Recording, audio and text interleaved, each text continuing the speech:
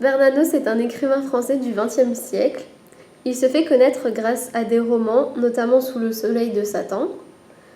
Il survit aux tranchées lors de la Première Guerre mondiale et du coup, il est écœuré par la Seconde Guerre mondiale. Il part alors au Brésil en 1938 pour résister.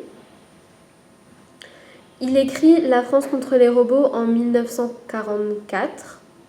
Le pamphlet est une œuvre littéraire qui consiste à contester un pouvoir. Certains écrivains essaient le pamphlet, tel que Bernanos dans La France contre les robots, où il défend, en s'adressant au lecteur, le fait que l'homme terminera esclave de la machine. Imbécile, ne voyez-vous pas que la civilisation des machines exige en effet de vous une discipline chaque jour plus stricte? Elle l'exige au nom du progrès, c'est-à-dire au nom d'une conception nouvelle de la vie, imposée aux esprits par son énorme machinerie de propagande et de publicité. Imbécile, comprenez donc que la civilisation des machines est elle-même une machine dont tous les mouvements doivent être de plus en plus parfaitement synchronisés. Une récolte exceptionnelle de café au Brésil influe aussitôt sur le cours d'une autre marchandise en Chine ou en Australie. Le temps n'est certainement pas loin où la plus légère augmentation des salaires au Japon déchaînera des grèves au Détroit ou à Chicago et finalement mettra une fois encore le feu au monde. Imbécile, avez-vous jamais imaginé que dans une société où les dépendances naturelles ont pris le caractère rigoureux, implaçable des rapports mathématiques, vous pourrez aller et venir, acheter ou vendre, travailler ou ne pas travailler, avec la même tranquille bonhomie que vos ancêtres. Nous verrons d'abord la rhétorique de la violence qui est présente dans le texte, puis dans une deuxième partie, nous verrons la vision que Bernanos donne des hommes et des machines. Nous allons principalement voir la rhétorique de la violence. Alors tout d'abord, l'auteur utilise des apostrophes, par exemple à la ligne 1, tout le long du texte, il utilise imbécile pour mettre en valeur la violence envers les gens de la société. Ensuite, il utilise également des questions rhétoriques afin d'impliquer le lecteur et l'amener à se remettre en question plusieurs fois. Par exemple, à la ligne 2, ne voyez-vous pas que la civilisation des machines exige en effet de vous une discipline chaque jour plus stricte ?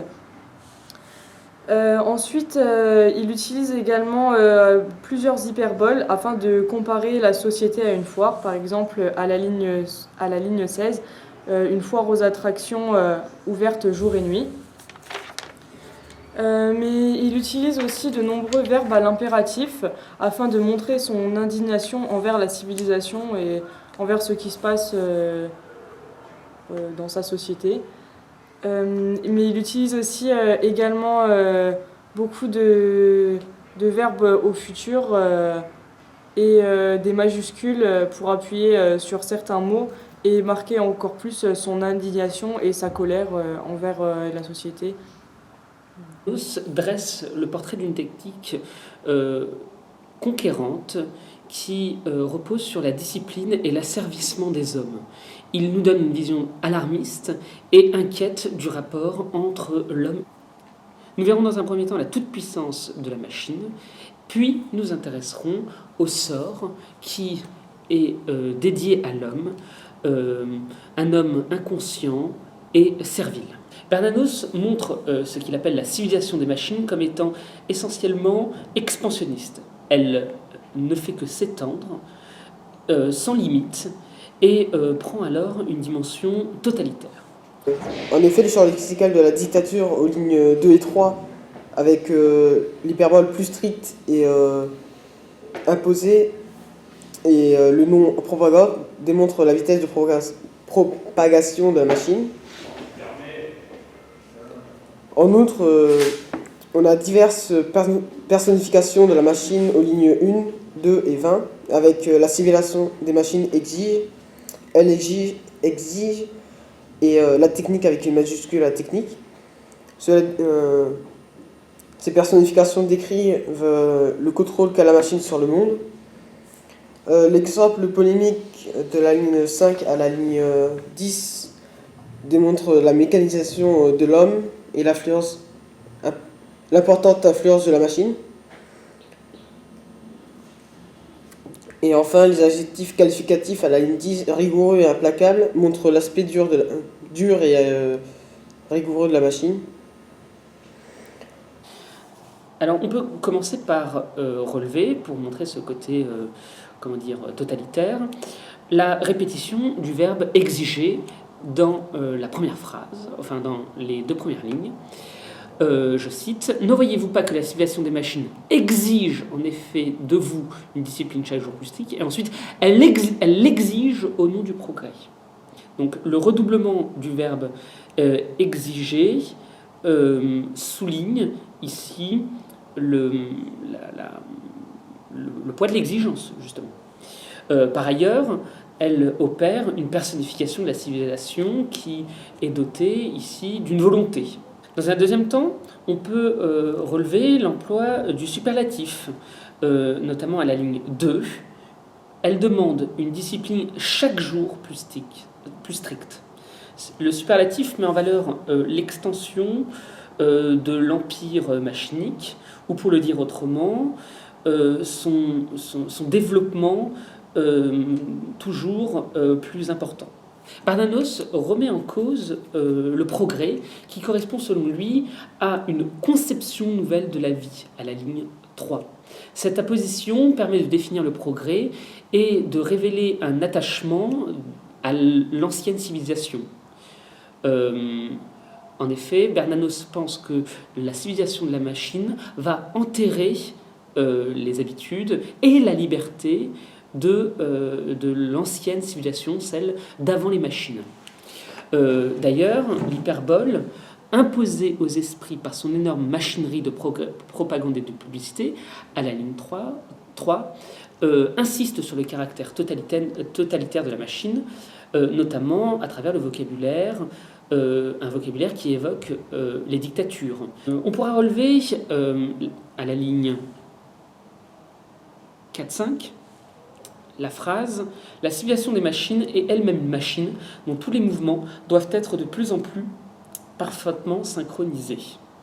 Ici, ce qui est intéressant, c'est d'une part le présent de vérité générale qui permet de révéler le fonctionnement de cette nouvelle civilisation. Cette nouvelle civilisation des machines transforme tout en machine, dit Bernanos. Toute l'organisation humaine dépend de mécanismes. Tout est synchronisé. En outre, on peut relever, en plus du présent de vérité générale, l'hyperbole, qui montre encore une fois l'extension de la machine, avec dont tous les mouvements doivent être de plus en plus parfaitement synchronisés. Donc une double hyperbole. Pour montrer le côté dangereux de la civilisation des machines, Bernanos a recours à 2 exemples au futur, qui jouent tous les 2 sur l'effet papillon. Alors c'est présent dans les lignes 5 à 9. Une récolte exceptionnelle de café au Brésil influe aussitôt sur le cours d'une autre marchandise en Chine ou en Australie. Le temps n'est certainement pas loin où la plus légère augmentation des salaires au Japon déchaînera des grèves à Détroit ou à Chicago et finalement on mettra une fois encore le feu au monde. Une remarque sur ces exemples, c'est la mise en valeur de la violence. Tout de suite, Bernanos décrit des conséquences quasiment apocalyptiques. Il suffira d'une grève pour que le monde soit à feu et à sang. En fait, il décrit le principe de la globalisation. Pour terminer, sur le côté tout-puissant de la machine, on peut relever la devise qu'il attribue à la civilisation des machines. Technique d'abord, technique partout. Ligne 13. Ici, l'anaphore du mot technique appuie sur son règne total. Le futur permet d'envisager l'avenir et d'en dresser un portrait terrifiant. On a cela à la ligne 20. La technique prétendra tôt ou tard former des collaborateurs acquis corps et âme à son principe. Il imagine un futur très proche où finalement la technique aura tellement asservi les êtres qu'ils n'auront plus la possibilité d'exercer leur liberté, notamment en ce qui concerne leur orientation. Les majuscules soulignent la dimension absolue, voire divine, que veut prendre l'organisation technique de la société. On a ça dans les lignes 20-22. Dans un monde tout entier voué à l'efficience, au rendement, n'importe-t-il pas que chaque citoyen, dès sa naissance, soit consacré au même Dieu ?